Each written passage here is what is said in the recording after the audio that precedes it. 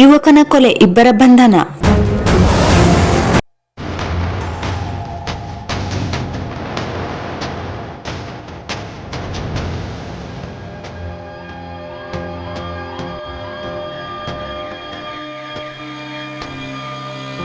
ಕ್ಷುಲ್ಲಕ ಕಾರಣಕ್ಕೆ ನಿನ್ನೆ ಮಧ್ಯರಾತ್ರಿ ಯುವಕನೋರ್ವನನ್ನು ಕೊಲೆ ಮಾಡಿದ ಪ್ರಕರಣಕ್ಕೆ ಸಂಬಂಧಿಸಿದಂತೆ ಇಬ್ಬರು ಆರೋಪಿಗಳನ್ನು ಸದರ್ ಬಜಾರ್ ಪೊಲೀಸರು ಬಂಧಿಸಿದ್ದಾರೆ.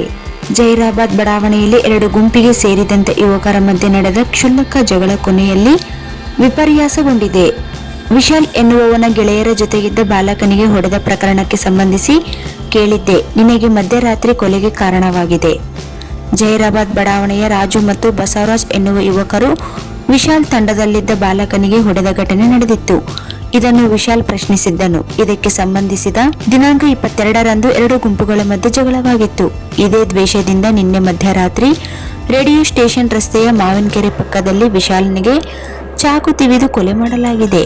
ಕೊಲೆ ಮಾಡಿದ ಆರೋಪಿಗಳಾದ ರಾಜು ಅಲಿಯಾಸ್ ಏಸು, ಬಸವರಾಜ್ ಅಲಿಯಾಸ್ ಬಸ್ಯ ಇಬ್ಬರು ನೇರವಾಗಿ ಸದರ್ ಬಜಾರ್ ಠಾಣೆಗೆ ಬಂದು ಶರಣಾಗಿದ್ದಾರೆ. ಕೊಲೆ ಪ್ರಕರಣದ ಮಾಹಿತಿ ತಿಳಿಯುತ್ತಿದ್ದಂತೆ ಜಿಲ್ಲಾ ಪೊಲೀಸ್ ವರಿಷ್ಠಾಧಿಕಾರಿ ಅರುಣಾಂಶುಗಿರಿ ಅವರು ಮಾವಿನಕೆರೆ ಹತ್ತಿರ ಪರಿಶೀಲನೆ ನಡೆಸಿದರು.